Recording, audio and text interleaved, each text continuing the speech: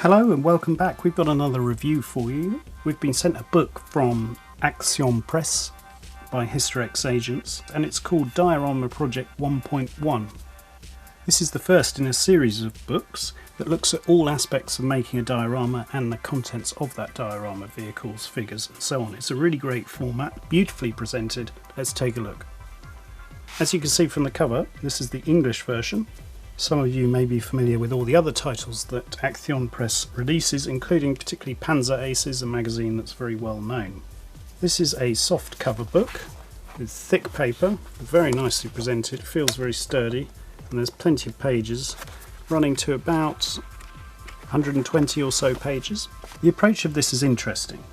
The whole idea is that buying the series you get an insight into all aspects of making a diorama, and this one starts with the vehicles. In terms of vehicles, you've got 6 different themes or topics that the book is built around. The tanks are a Sherman in spring 1945, and that's looking in particular at dirt in a rural environment. There's a Sherman in the Pacific from February 1945. There's an M26 Super Pershing in the winter of 1945, and there again that's looking at rust and dust. A King Tiger with a special focus on dampness and rain effects, a Tiger 1 looking at mud and dirt, and a Renault R35 looking at rust and destruction. Let's take a look. There's a bit of a prologue that explains the whole concept and some photos of the finished dioramas that you'll be able to see in later releases within the series. This one, as we've mentioned, is looking specifically at the vehicles and the techniques to model those vehicles. Starting off with assembly. For assembly, it covers all the basics of the tools you'll need and techniques, and flits between different models. It covers things like integrating turned metal barrels and metal tracks, adding additional armour. So it takes a general approach across all the builds. You can see the destruction that will feature later. And there are little infographics that explain all the materials that are used. The artwork is of course excellent, as is the photography, and the standard of modelling, as you'd expect, is first rate. So in terms of painting, it walks you through the whole process of painting via excellent photography and artwork by modellers like Frédéric Astier, who you may know from Steel Masters, a very prolific model maker who creates fantastic dioramas. Plenty of photos to explain the weathering technique, and also little tips and tricks like fuel spills, worn metal and so on. All the paints are listed. You move on then to the Sherman in the Pacific. What's stunning about this, or what we found amazing, is you start with a brush painted camo scheme like this, and it explains all the stages to take it through via painting the wood to the finished one, which is just totally different and just looks so realistic in terms of a dirty, grimy, volcanic environment.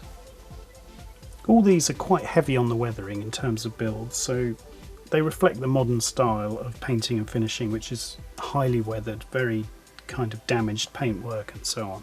And there you get all the paints and colours and some stunning artwork. Another build, an M26, looking particularly at rust and dust. And it explains various techniques that modellers may or may not know about, all very nicely detailed. Then in terms of dampness and rain effects, a modeller that many people may know, Adam Wilder, builds this King Tiger in April 1945. He brush paints the camo, which is explained, and then goes through a very sustained weathering process to show an old beat up King Tiger making its way to Berlin in the final days of the war. You end up with a stunning model and fantastic imagery. Bringing up the rear is the Tiger 1, and this looks at mud and dirt. This is interesting to see the different paints and products this modeller uses and the different techniques that can be witnessed. Again, it's a very individual style of finish, very sustained and heavily weathered. Oh, and there's one more, the Renault R35 Rust and Destruction by Shinpei Nohara.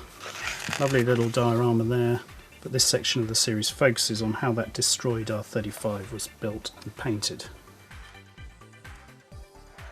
Now you get the idea of what's to come here. There'll be 1.2 will be on World War II figures, the figures within the diorama, Then we start with another one, and you can see different languages here. It's going to be released in 4 languages. 1.3 is going to be sceneries, which is diorama techniques 1, and then sceneries 2, diorama techniques 2 will be in the 4th release, and they're all coming soon. This is highly collectible. The Diorama Project series would be a welcome addition to any collection of books, and you can just grab it and browse. It's really pleasant to browse for inspiration. It's so beautifully laid out and photographed. It's highly recommended. It's available now from Hysterex agents. Don't hesitate to get it, and thanks for watching. Bye.